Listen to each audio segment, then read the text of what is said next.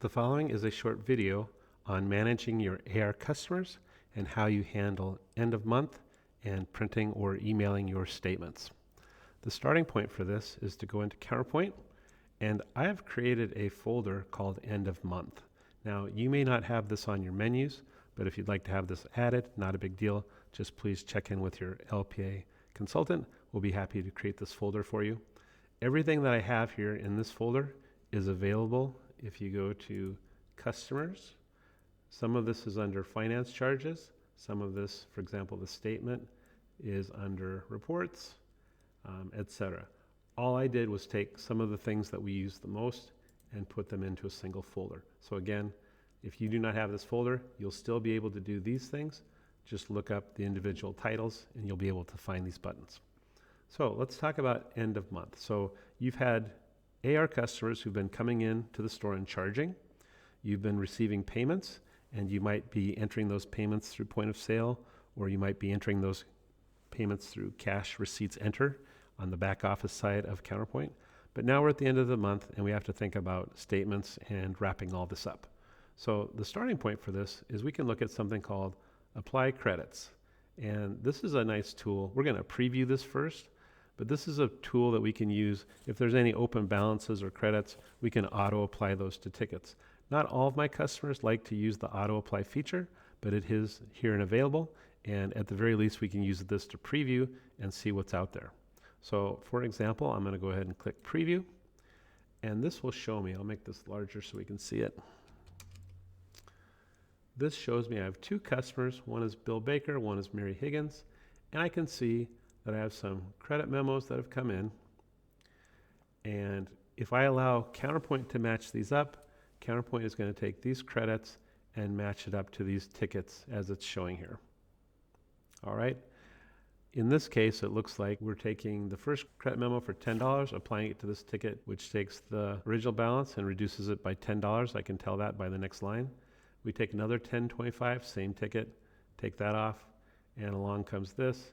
And we have some amount to be applied. So we have a single payment that came in, must not have been matched up with a ticket at the time, but we can allow Counterpoint to match that up for us. If I was going to proceed with this step, the next thing I would do is hit apply, and then those matchups that I just talked about would get paired. The next step, if we're doing end of month, there's something called the aging report. Aging is all about taking charges that have happened in the past and putting them in buckets of current, meaning within the last 30 days, over 30 days, over 60 days, over 90 days, over 120. It's just putting things in different buckets. And we get to pick, you might say, well, why do I have to do this? Why can't Counterpoint do this? Because we get to pick the date that we want to age it. And for different folks, it might be different. So I can come in, and even just hitting preview will cause this to do the aging. Now they're showing me in a report this group, and I can look at the very last page of the report, and I can see in terms of current, I have some current charges, nothing in my 31 to 60 or my 60 to 90 bucket, and a good chunk of folks who owe me money over 90 days. So that's kind of that nice high-level view.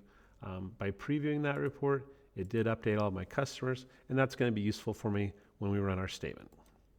Now, the next four buttons, these all have to do with finance charges. I will briefly mention this. Not everybody uses these, so I'll be kind of brief, but it looks like this. We can come in, there's a button for calculate finance charges. I can preview this and see what it comes up with. In my case, I just have one customer, make this larger, Bill Baker, who is past due. I've got a default 2% finance charge. If I continue this, we're going to create a finance charge for $34.60. So I'll go ahead and do that. We'll say create. And it will preview that report, and I'll say, okay, are you sure? Yes. So that created the charge. I can now go view those if I go into finance charge enter. This is just a form in Counterpoint. I can look at this in table view if I want to see them in table view. And I get to pick if I really want to do this or not. And I can even update these amounts. So I might say, for whatever reason, $34.60 is too heavy.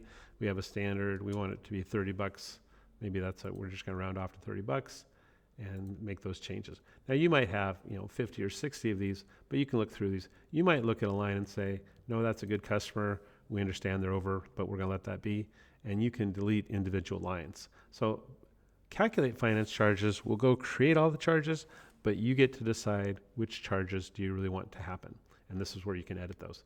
Now let's say we're going to go ahead and do this for this customer. I've edited that. I can print a list if you want to see a list, or if you want to keep a copy. You can print a report. So there's our Bill Baker, and there's our $30 edited finance charge. And once I've reviewed these and I really want to pull the trigger, then we do something called finance charge post. Post all these, yes, yes, yes, yes. And there we go.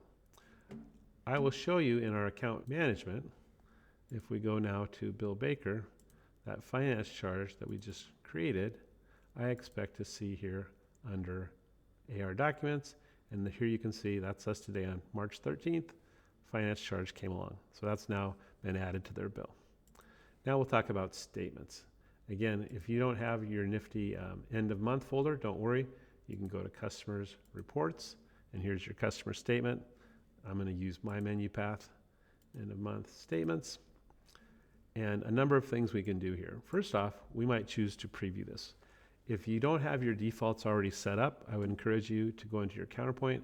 Most common statement type that folks use is this one called apply to and omit fully paid. So like your credit card statement in the mail, if it's been fully paid, there's almost no reason to bother your customer and display all that information again.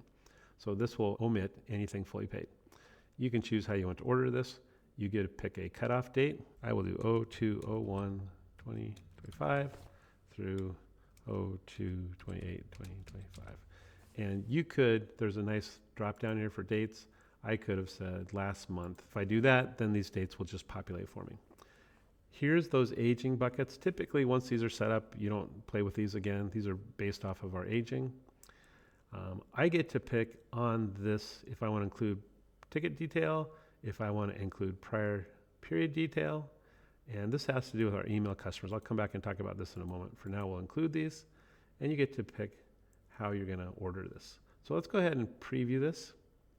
And by the way, if you made these changes the first time, go into your options, go down to save parameters, and give this a name. I like to call it defaults. Check the box for default parameters, save that, and then the next time you come into the report, all of that will be ready for you to go. So now that we have these set up, I'm going to go ahead and hit preview, and we'll get to see this. So here's an example. Bill Baker is my first customer, and they have a lot of detail. And for some folks, that might be too much. Some people might say, no, this is more detail than I want. So on this report, you can say, I don't want to show prior period detail. So if I preview that, it's a little more simplified. We're just going to carry over amount from previous period. And some folks say even that's too much, and we can say we don't need ticket detail. We can just preview that and really, really simplify this. So now you can see we have some credit memos that have not been matched up at this time, and we have some tickets, and we have this balance at the bottom. So this is a very kind of straightforward, simplified, really pretty common statement report that my customers use. Now I mentioned this. In our customer form, there's a place where, I'll show you in a moment, you can set up if you want to email your statements. So if you set that up and you have email ability enabled for your Counterpoint, you can, instead of just previewing and printing these, you could hit email here, and this would send out those emails to your customers. Sometimes when you're just previewing, you want to know what am I even going to send. If you have a lot of email customers, you can't see the statements. You're like, well, where are all those statements? So that's why they have a checkbox. So you can see those, but a lot of times you probably are only going to print the ones you're mailing. Everybody else, if you have the option to email, you will. So that's how the statement works, and I will show you briefly where you set that email choice. That is, we'll go to customers. I'll pull out my first customer bill here, and you'll notice on the AR info tab, here's a checkbox for send statement as email. So if you check that and save that, and again, if you have, it's noticing here that I don't have an email address. So if I said, hey, I want to email my customers, then I better provide an email, right? That would make sense. We'll do bill.